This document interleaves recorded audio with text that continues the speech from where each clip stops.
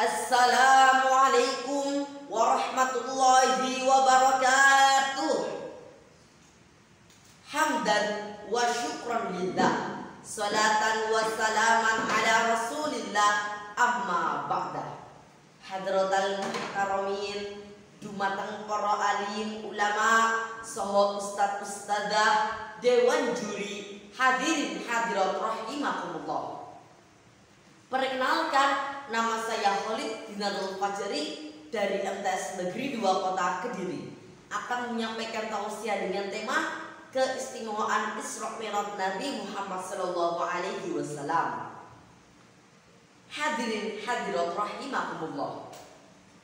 Sebagai seorang muslim, kita harus selalu bersyukur atas karunia yang telah diberikan kepada junjungan kita, yakni Nabi Muhammad SAW, yang tak pernah diberikan kepada nabi-nabi sebelumnya, yaitu peristiwa Isra Mi'raj, sebagaimana yang telah dijelaskan di dalam surah Al-Isra ayat ke-1. A'udzu billahi minasy syaithanir rajim. Bismillahirrahmanirrahim.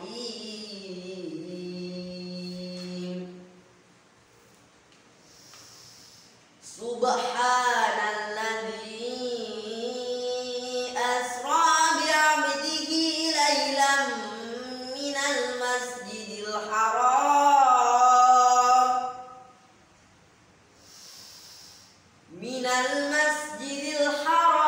ilal masjidil aqsa alladzi barakna haulahu linuriyahu min ayatina innahu huwas samiul basir. Shadaqallahul azim. Maha suci Allah yang telah memperjalankan hambanya Muhammad pada malam hari dari Masjidil Haram ke Masjidil Aqsa, yang telah kami berkahi sekelilingnya, agar kami perlihatkan kepadanya sebagian dari tanda-tanda kebesaran kami. Sesungguhnya Dia Maha mendengar lagi Maha melihat. Hadirin hadirat rahimakumullah. Dari ayat di atas dapat kita ambil pelajaran, di antaranya tentang sesuatu yang tak mungkin terjadi menurut akal manusia, tetapi mudah bagi Allah apabila Ia telah menghendakinya, sebagai penguat keimanan bagi orang-orang yang telah beriman. Dari peristiwa tersebut, Allah telah menunjukkan keajaiban-keajaiban kepada hambanya, mempertemukan dengan beberapa nabi sebelumnya, dan menunjukkan kejadian yang akan dialami seluruh umatnya. Hadirin hadirat rahimakumullah. Di dalam kitab Tardil Mi'raj dikisahkan bahwa ketika Nabi diisra-mi'rajkan bersama malaikat Jibril, beliau diperlihatkan dengan sekelompok kaum yang bercocok tanam.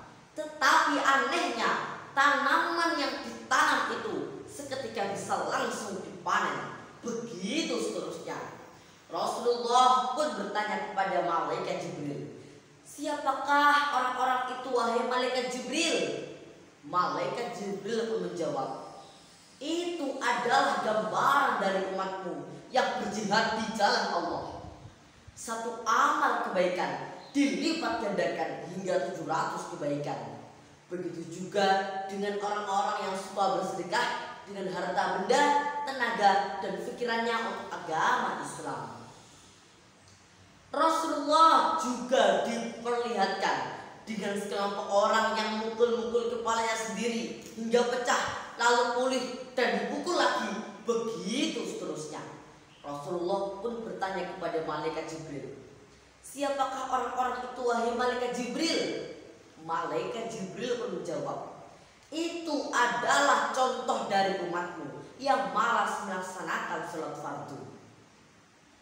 Singkat cerita, sampailah Rasulullah dan malaikat Jibril ke langit ke-7, lalu naik ke Sidratul Muntaha dan Mustawa. Disitulah Nabi Muhammad mendapatkan perintah sekaligus anugerah, yaitu sholat 50 kali dalam sehari semalam. Atas permintaan Nabi Musa, Rasulullah diminta untuk menghadap Allah supaya lebih diringankan. Rasulullah pun meminta persetujuan kepada malaikat Jibril. Malaikat Jibril pun mengangguk. Akhirnya Allah mengabulkan permintaan Nabi Muhammad hingga menjadi ibadah 5 kali sholat dalam sehari semalam. Subhanallah, subhanallah, betapa besar karunia yang diberikan Allah kepada Nabi Muhammad Sallallahu Alaihi Wasallam. Semoga kita semua bisa menjalankan ibadah sholat dengan penuh semangat agar selamat dunia sampai akhirat. Demikian yang dapat saya sampaikan. Mohon maaf jika banyak kesalahan. Tunaikan sholat dengan tepat. Berkah dan nikmatnya pasti kita dapat. Dewan juri yang terhormat, semoga tausiah saya bermanfaat. Usikum wa nafsi bitaqwallah.